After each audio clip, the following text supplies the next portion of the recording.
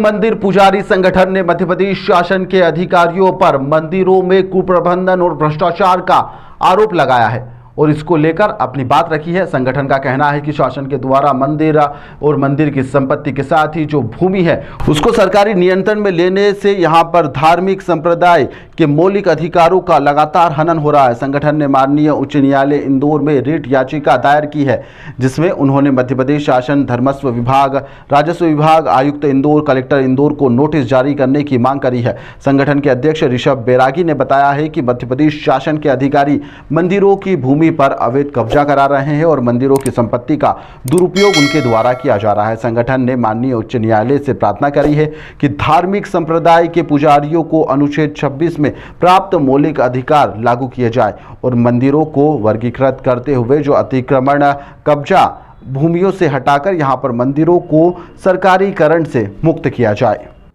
मठ मंदिरों का सरकारीकरण होना हिंदू समाज के लिए सबसे बड़ा आघात का विषय है।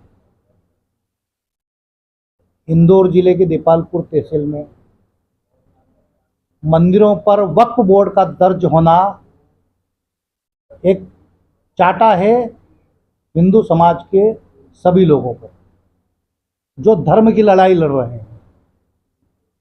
हमारी मांग यह है, माननीय मुख्यमंत्री महोदय को भी इस बात से अनभिज्ञ रखा गया है या उनके पास में सही आंकड़े नहीं पहुंचने दिए गए। हम चाहते हैं कि 1947 के आधार पर मठ मंदिरों का वर्गीकरण किया जाए।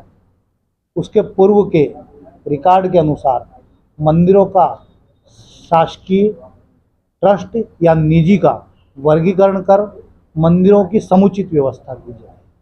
साथ ही साथ जिन अधिकारियों ने, चाहे वो कलेक्टर रहे हों, चाहे तहसीलदार, पटवारी, कोई भी हो, उन अधिकारियों ने मंदिर की भूमि पर वक्फ संपत्ति चढ़ने दिया गया, उन अधिकारी को निलंबित किया जाए, उन अधिकारियों के विरुद्ध न्यायिक कार्रवाई की जाए, मंदिरों को मुक्त किया जाए और पुजारियों को पूर्ण कृषक का दर्जा दिया जाए। इसको लेकर कलेक्टर ने शिकायत करी हो? हमने इस संदर्भ में माननीय उच्च न्यायालय में याचिका दायर की है, जहां पर हमने संपूर्ण कागज प्रस्तुत किए हैं। अब माननीय उच्च न्यायालय द्वारा धर्मस्व विभाग एवं मुख्यमंत्री महोदय आदि सभी को नोटिस जारी किया गया है। मुख्यमंत्री महोदय से हमारी ये मांग है, चूंकि वे हिंदू समाज का हृदय के राजा हैं, तो हमारी उनसे यही मांग रहेगी कि एक धर्म विशेष पर ये कुठाराघात न हो कि केवल एक धर्म विशेष के धर्म स्थलों को आप सरकारी करेंगे और अन्य धर्म के धर्म स्थलों को आप मुक्त रखेंगे। ये नहीं होना चाहिए।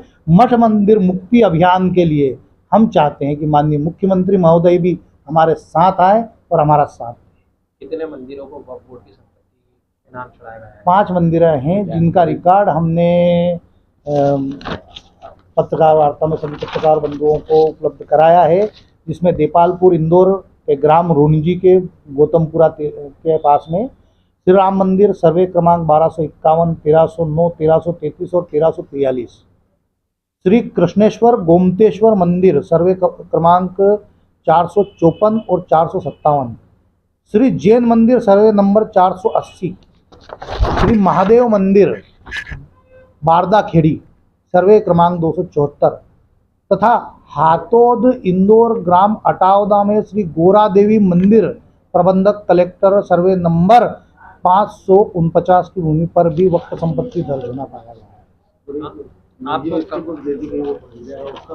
आपको कब मालूम पड़ा ये कि ये वक्फ बोर्ड के नाम पर? हमें लगभग 6 माह पूर्व पता चला। कितने समय पहले इसको वक्फ बोर्ड के नाम पर ट्रांसफर किया गया था? 2005 के बाद में किया गया। हाल फिलहाल अभी भी वहाँ पर मंदिर मौजूद है? मंदिर मौजूद है, पुजारी पूजा कर रहा है, पुजारी खेती कर रहा है। देखिए क्या है, आज जिस प्रकार से संभल में या जहाँ पर मंदिर मस्जिदों की या घरों की खुदाई करते हुए मंदिर निकल रहे हैं, इस प्रक्रिया की शुरुआत इसी प्रकार से होती है, ये अधिकारियों के कृत्य से। ऐसे अधिकारियों पर इतनी कठोर न्यायिक कार्रवाई करनी चाहिए कि अन्य अधिकारी भी इस प्रकार के कृत्य से करने से भयभीत होने चाहिए। राऊ इंदौर के ग्राम सोनवाई में श्री राम मंदिर प्रबंधक कलेक्टर द्वारा 2021 में श्री राम मंदिर स्वामित्व की कुल 2.529 हेक्टेयर भूमि में से सर्वे नंबर 398/2 भूमि 0.12 हेक्टेयर राजस्व अधिकारियों द्वारा निजी व्यक्ति के नाम दर्ज कर दी गई। मतलब आप करें तो चमत्कार, हम करें तो नमस्कार। शासन प्रशासन यही कर रही है कि हम तो चमत्कार करेंगे, शासन प्रशासन का कहना ही है।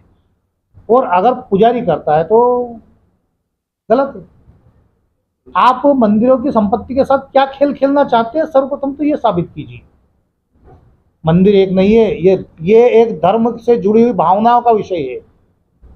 इस पर धीरे धीरे कुठाराघात 1947 के बाद से होते रहे हैं, और अगर इसी प्रकार की व्यवस्था चलती रही तो 50 साल में मंदिर लोप हो जाएंगे और मंदिरों पर अन्य लोग काबिज हो जाएंगे। 2005 में ये संपत्ति नहीं चल पा रहा है। अधिकारियों ने क्या खेल खेला। देखिए, कागज किसके हाथ में होते हैं? अधिकारियों के। अधिकारी क्या काला पीला करते हैं ये किसे मालूम पड़ता है? ये तो आप पत्रकार लोग हैं, आप अनुसंधान वाले लोग हैं, आप खोजबीन करके निकाल लाते हैं। हम सामान्य पुजारी सुबह उठ के भगवान का पूजा अर्चन करने वाले लोग हैं। संध्या काल में हम भगवान का संध्या करते हैं, पूजा कर दीप दान करते हैं। हमें क्यों आना पड़ रहा है कोर्ट में? हमें न्यायिक प्रक्रिया में क्यों आना पड़ रहा है? कहीं तो बहुत कुछ हुआ होगा। हमारे पूर्वजों के गौरव के साथ खिलवाड़ हो रहा है। 1947 के पहले अधिकांश मंदिर निजी दर्ज हैं।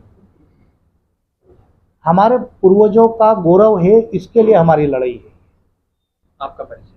महंत तरुण दास तराना। हमारे माननीय कपिल दास जी बैरागी द्वारा बहुत कुछ अनुसंधान किया गया, जिसमें मंदिर की भूमि की नीलामी से प्राप्त राशि, कई बार मंदिरों की जमीनें रोड में आ जाती है, तालाबों में चली जाती है, कई जगह पर इस प्रकार का हुआ है। उस राशि को सरकारी खजाने में जमा करना, मंदिर को मिलने वाली मुआवजा राशि भी सरकारी खजाने में जमा होना कई जगह पर, सभी जगह नहीं, कई जगह पर पाया गया है। ऐसी राशियों का हिसाब प्रदेश स्तर पर क्या होता है? कोई हिसाब नहीं। ये भी एक प्रकार का घोटाला हुआ। असल में मंदिरों की 1 लाख हेक्टेयर भूमि को सरकारी कर देना, पुजारियों की भूमि को सरकारी कर देना, ये अपने आप में एक बहुत बड़ा घोटाला है जो व्यापक स्तर पर हुआ मध्य प्रदेश में। 1 लाख हेक्टेयर भूमि का घोटाला जो सरकार